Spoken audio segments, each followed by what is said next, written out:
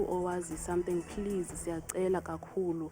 This is hurting the family. Akho umuntu ukwazi ukuya forward. The siblings ziyaphazamiseka esikolweni and naye umntana uba late esikolweni. If you know something, please cela uze ngaphambili.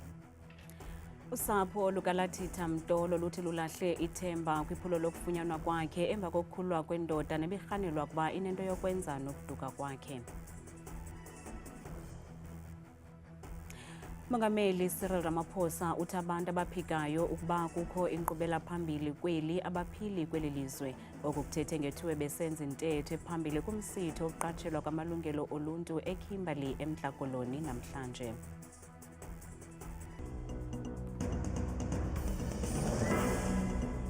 Sinibulisa emakhaya ukanadambi Ndodwa ndaba nophumza sikhumba noyitoliki yolwimi lwezandla. Mapolisa aKwaZulu-Natal amemelela kuluntu lwaseMarikana eKokstad ukuba luncedise ekukhangeleni umntwana oyintombazana oneminyaka esixhenxe nosele neveki ezintathu wadukayo. uLathitha Mtolo wagqityelwa ukubonwa ngomhla wama-26 kuFebruwari ngethuba wayedlala noogxa bakhe. Ingxelo zithi kwabanjwa umntu ngesi siganeko kodwa wakhululwa ngenxa yokungabikho kobungqina. Ukuduka kukaLathitha Mtolo kubangele okokuba uluntu lwaseMarikana eKokstad lube lugcwabevu ngumsindo nokhokhelele ekutshisweni kwezindlu zabo banyanga ngesintu ngelibatyhola ngokuxhwila lentwazana ukuze batyhuthule amalungu ayo omzimba. Inkulu baphathiswa yephondo laKwaZulu-Natal uThami Ntuli uhambele isikhululo samapolisa apha nalapho athe umba wabantu abanyanga ngesintu kuza kufuneka unikwe ingqalelo. We have programs of awareness in the area of this police precinct that are going to make parents aware that in this area now there are such problems which are prevailing. If it's the issue of the traditional healers, the engagement with the traditional healers so that they will expose those who are posturing as traditional healers, whereas they are here in fact to destroy the lives of our children. Umama kaLathitha uthi ukumgqibela kwakhe wayedlala kodwa kuvakala ukuba wabashiya abahlobo bakhe sithi usaya kukroba kwamalume wakhe nakubeni engazange afike. Uhlabele mgama isithi umkhondo abawufumanayo ngokuba wabonwa elandela ndoda ithile engaziwayo. Kwakhona umalume owatsho wathi umbonile ihamba nomuntu obhuti onxibe i-tracksuit e-red nesikipha esimnyama. Qha umuntu obhuti uyalaqaza uLathitha yalandela yena. Ngoku lo bhuti uthi angiyaba samkhomba ke ngoba umuntu oyithanda ukuhamba kude. Wazibuza ukuthi uLathitha ngubani lamlandelayo ngoba kulo Lathitha abantu bakulo Lathitha ndiyabazi kodwa lo olandela Lathitha ndimazi. So naye lo bhuti wacinga setshonile umuntu obhuti. Usapho ke kambe lumemelela kubantu abanolwazi ngendawo akuyo uLathitha ukuba eze ngaphambili lukwathe ukuduka kwakhe kudala isankxwe kusapho ngobubanzi ngakumbi kubantakwabo. Mongameli Cyril Ramaphosa uvumile kuba isekhona imingeni ejengene nelizwe laseMzantsi Afrika nangona eli lizwe lifinca iminyaka engama-30 phantsi kwenkqubo yentando yesininzi. uRamaphosa ukutsho oku ngethuba besenza intetho ephambili namhlanje kwimibhiyozo yamalungelo oluntu nebibanjelwe eKimberley eMntla Koloni. Forward with Northern Cape, forward. Forward with our human rights, forward. Mandla. Kumbhiyozo wokuqaphela usuku lwamalungelo oluntu nobubanjelwe eKimberley eMntla Koloni namhlanje, umongameli Cyril Ramaphosa uncome indima esele idlaliwe lilizwe loMzantsi Afrika ukuzathi ga ngoku kuphuhliso lwelizwe. Watsho esithi abo batyhola ngelithi akukho nkqubela kweli ngabo bangahlali kweli. 30 years later, we must have a moment of honest reflection, because anniversaries are not only for celebration, but they are also for reflection. 30 years on, we need to ask ourselves, have we moved from rights promised to rights that are lived by our people? Yes, we have made progress. Those who deny that we have made progress do not live in South Africa. Ukwethe umsebenzi wokugcina amalungelo oluntu awunokwenziwa ngurhulumente kuphela.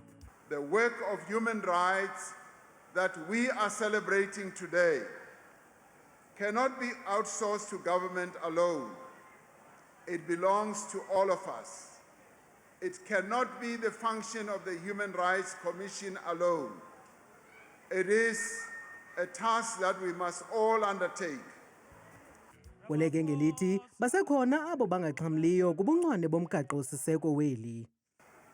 Yet we know that the benefits of constitutional democracy have not yet been equally experienced by all.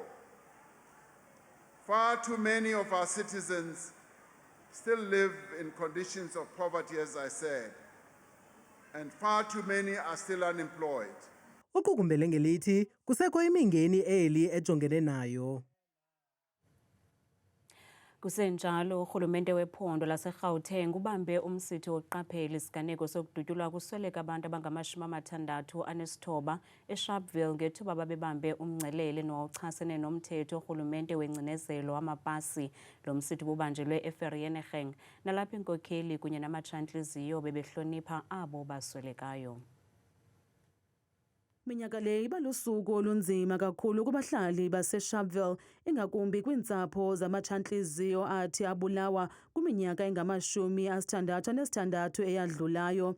Olu suku luqale ngenkonzo yesikhumbuzo nalapho amagosa karhulumente athe abeka iintyatyambo kumangcwabo abo abathi babulawa beqhankqalazela ukupheliswa kwemithetho yokuphathwa kweedompas. Today we talk about human rights because someone laid down their lives so that we can have the right to dignity, the right to self-identify, but also more importantly, the right to economically prosper. Abantu ababulawa kolu qhankqalazo baquka abantwana abaneminyaka eli-12 ubudala, kanti inkokheli yebusa uMusi Moimane uthi iintsuku zesikhumbuzo zibalulekile ukukhumbuza abantu abatsha ngedabi eliqhubekayo lokulwela inkululeko. Well, I think the perception that young people are apathetic and all of that, they are facing some profound struggles. They want to be educated, they want to work.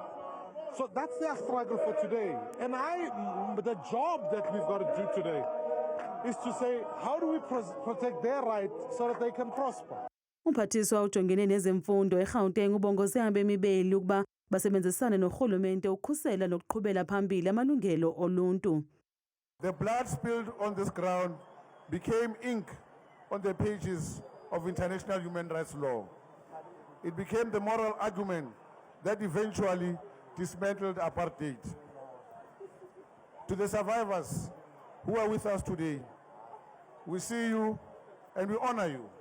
Uthi idini elenziwa ngabafundi baseSoweto ngo-1976 malisoloko likhuthaza ulutsha lwanamhlanje. This government is building schools that specialize in engineering, aviation, the arts, technology, because we know what you are capable of.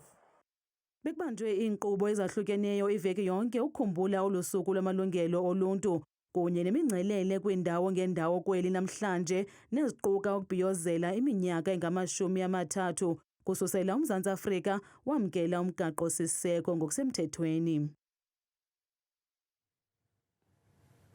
ANC ibambisene namahlakani ayo kunye neminye imibutho yasekuhlaleni ibambe imarch namhlanje eGauteng naseKapa nebizwa ngokuba yi-People's March kwilinge lokukhusela ukuzimela kweli loMzantsi Afrika.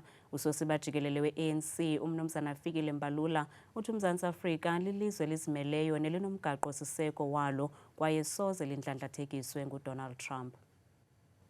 President Trump must mind his business. We will mind our own business. Lowo ngumyalezo ongangabaziyo ngelikhusela inkululeko nokuzimela kweli loMzantsi Afrika. Lo mngcelele uqale ngalentsasa eMary Fitzgerald Square wadlulela kwinkundla yomgaqo-siseko kwaye uluntu beluphume ngonina. Esenza intetho ephambili kule matshi, usosiba jikelele we-ANC uMnumzana Fikile Mbalula uhlabe ikhwelo kubemibeli ukuba basebenzise olu suku lwamalungelo oluntu balikhusele eli lizwe. The task of defending this country is a task of its citizens, nobody else. There are those among us, and they are not many. They are hell-bent on bad-mouthing our country. Lo kaMbalula ukhwele ezehlela nakunozakuzaku waseMelika kweli esithi makayeke ukufaka impumlo kwimicimbi yeli engamfuniyo. There is another old man who came into our country from the United States. He began to open his big mouth and attack this constitutional court, our democracy. And they demolished him. And we are saying, should he open his mouth again, show him the door. Umnumzana Mbalula usebenzise elithuba wazibhebhetha neendaba ezingeyonyaniso zokuba kukho ukubulawa kwabantu abamhlophe kweli. And we know that the majority of Americans are with us. Reverend Jesse Jackson died supporting South Africa and fighting apartheid.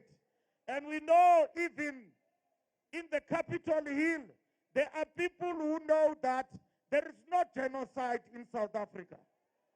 It only exists in the imagination of the President of the US. Kusenjalo, lo mngcelele ubanjiwe naseKapa eNtshona Koloni kwaye bayigqibhe kabukhali nemfazwe egqubayo yeMelika noSirayeli ngakwilizwe lase-Iran.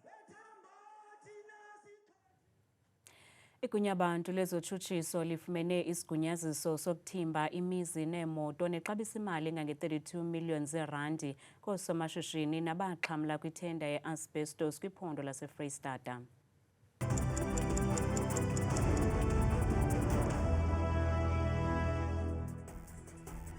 Sinamkele kwakhona kwinqaku lethu lokuqala sithe amapolisa KwaZulu-Natal amemelela kuluntu lwaseMarikana eKokstad ukuba luncedise ekukhangeleni umntwana oyintombazana oneminyaka esixhenxe nosele neveki ezintathu yadukayo uLathitha Mtolo nowagqityelwa ukubonwa ngomhla 26 kuFebruwari ngethuba wayehlala noogxa bakhe. Indoda ebibanjiwe ngokuduka kukaLathitha iye yakhululwa ngenxa yokungabikho kobungqina. Nanjengoko eli liqaphela usuku lwamalungelo oluntu, imibuzo iya isanda malunga nentsingiselo yolu suku nanjengoko uluntu kwiindawo ezininzi lusajongene nemingeni ephathelene nemiba yokunikezelwa kweenkonzo kumasipala iKing Sabata Dalindyebo eMpuma Koloni. Abahlali baphakamise imiba ephathelene nokusilela kokunikezelwa kweenkonzo, nto leyo bayibona njengokunyashwa kwamalungelo abo. Usodolophu lomasipala uNyaniso Nelani uthi ikhona inkqubela phambili eyenziweyo ekuxhaseni amalungelo oluntu, kodwa nangona kunjalo isekhona imingeni eliqela basajongene nayo. Ilizwe loMzantsi Afrika libhiyozela usuku lokuphawulwa kwamalungelo oluntu namhlanje, kodwa abahlali kumasipala weKing Sabata Dalindyebo bayibekele bucala imibhiyozo, bajonga iingxaki zemmeko abaphila phantsi kwazo zokungahanjiswa kweenkonzo kule ngingqi. Oku nabakuchaza njengokujongelwa phantsi kwamalungelo oluntu. Hayi, ngokunokwam ngokwendlela endiqwalasela ngayo, ngokwendlela ekwenzeka ngayo apha elizweni, hayi noko amalungelo wethu thina singabantu abatsha akakathathelwa ngqalelo. Kutheni ndisitsho? Izidingo zabantu abatsha ziyareyizwa, kodwa akubikho platform whereby kuye kunikezwe ingqwalasela kwezi zinto zizidingo. Abanye abahlali bayabulela kurhulumente wentando yesininzi nanjengoko bekwazi ukuvakalisa izimvo zabo. Siyayibona iSouth Africa, masiyibulele nayo into yobana sibe nayo idemokhrasi, ngoba kaloku uyayiqonda into yobana besingayazi phambili phaya into yamalungelo abantu. Ngoku sinayo nethuba lobana sizi-expresse iimbono zethu ngenxa yale demokhrasi. Noxa uluntu luxhamla kulo rhulumente wentando yesininzi, isemininzi imicelimngeni engekasonjululwa ingakumbi emaphandleni. Siyakhalaza singabahlali. For instance, apha kulena i-area yethu siyanengxaki into yoba sifilishe into yoba amanzi ayi-basic need ebefanele uba siyawanikwa. Ii-toilets befanele uba sisenazo ii-pit toilets. Usodolophu walo masipala ukugxinisile ukuba iindibano ezikumila kunje zilikhubalo lokunika ithuba kwizikhalo zabahlali ukuze zisombululeke. In terms of the the annual report which we presented, you could see the strides which we have done, let alone that there's still a lot to be done insofar as making sure that the rights of all the citizens, they are able to be realized. Abahlali banethemba lokuba olu suku luza nokulungisa ingxaki yokutyeshelwa kwamalungelo oluntu. Imvumi yomculo we-Afropop uMaleno inzalelwane yaseLesotho ukhuphe icwecwe elitsha nelinesingqi somculo wokholo kweli tyeli. Male imvumi eselinamashumi eminyaka icula kwaye kungoku nje ukhuphe icwecwe elitsha nelithi Dithapelo naza kulazisa kuninzi ngokusesikweni kwi-launch yelicwecwe ngomhla wama-28 kuMatshi eMarket Theatre eRhawutini.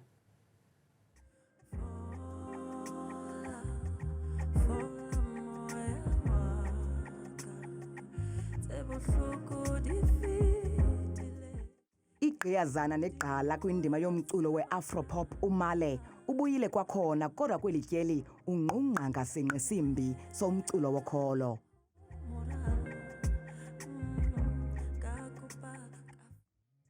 Emva kweminyaka eliqela engqungqa iqongeni uMale uthi uzinziswe ngamava kunye nothando lwakhe lwengoma. 20 years in, I'm still enjoying, and I'm very grateful to still be in a place where I am very much still passionate about writing songs. I think people definitely writing to me, whether it's in DMs or, just reaching out to say they are carried by the music. There's something special about music as a gift. Umale uthi ibiluncuthi ukupheka lembiza kuba usebenzisene namagqala nekuquka kuwo uSiphokazi ukubala nje abambalwa. This is one of the few projects that I had the grace of working with amazing artists. As you mentioned, Siphokazi blessed me so much by being a part of this project. We have a beautiful song titled Moya wa Hao, and I think she's absolutely incredible and just a sensational artist that I also grew up listening to and admiring. And so for me to have done a song with her is a dream definitely come true. Kwabo bangekabi nalo icham lokumva etshile eqongeni uMale nalithuba. So tickets are available at Web Tickets. We are launching on the 28th of March, next Saturday, at the Market Theatre. Obviously one of the most historic just spaces and venues where people have performed their best, and that's just for me what I wanted to be able to do, is to give my best performance.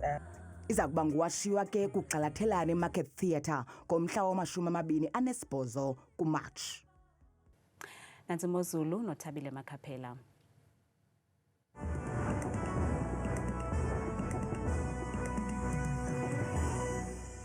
Enkosi kakhulu ke kuwe Lisa noPhumza ezindabeni. Ndiyakubulisa mbukele ekhaya ndikwamkele ke kwidesika yeMozulu. Mna ke bethuna ngegama ndikuThabile ndiyinzwakazi yabathembu. Mvanje bethuna masijogeni ke ngokubanzi nansi iMozulu ke sivule ngomfanekiso wokuqala ogangatha qatha kwimeko kaloku zemvula ke nemimoya phantsi nje wonke uMzantsi Afrika ngokubanzi. Nawe apha ekhaya uyabona noko libandundu kakhulu izulu mpela kwindawo ezininzi ezizinze kumbindi phaya koBriska kwasekuseni futhi ngokufuna nqwana phaya koDiara futhi lo maqondo okutshisa aphansi kakhulu efikela ku-16 degrees ngamandla ke futhi ngelo xesha lasekuseni ngokubanzi bethu ekhaya masijongeni ke maqondo akho okutshisa phansi naphezulu ke sivule ngephondo lokuqala nephaya lona ephondweni lasempuma koloni impela kwimibukelo ekhaya kwindawo ezininzi zezinzeka ke kumazantsi futhi nentshona phaya kwelaphondo bakho rhafu kwasekuseni futhi qaba ngamafu mpela kakhulu phaya ngo-14 degrees efana ke phofu napha kumbindi kookaladokhwe ekuseni ku-13 degrees kanti ke zebenjenje futhi ephondweni lase-Free State ngomso kwindawo ezininzi ke zizinze kakhulu phaya ke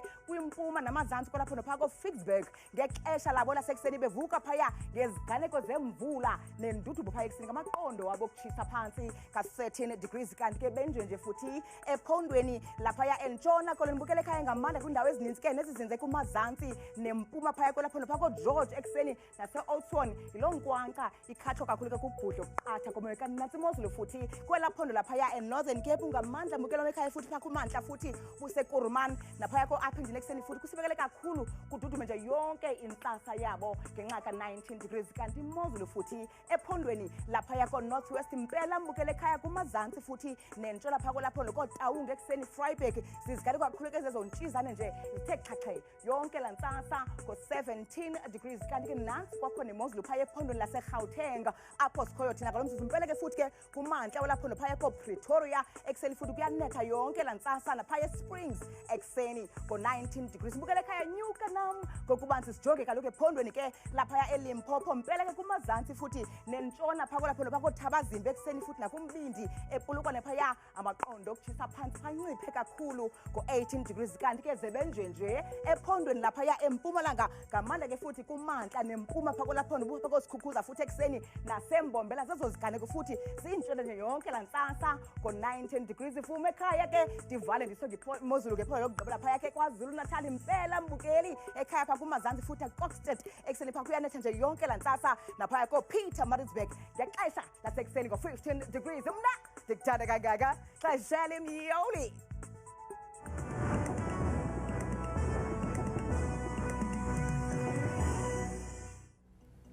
kamnandi mawethu.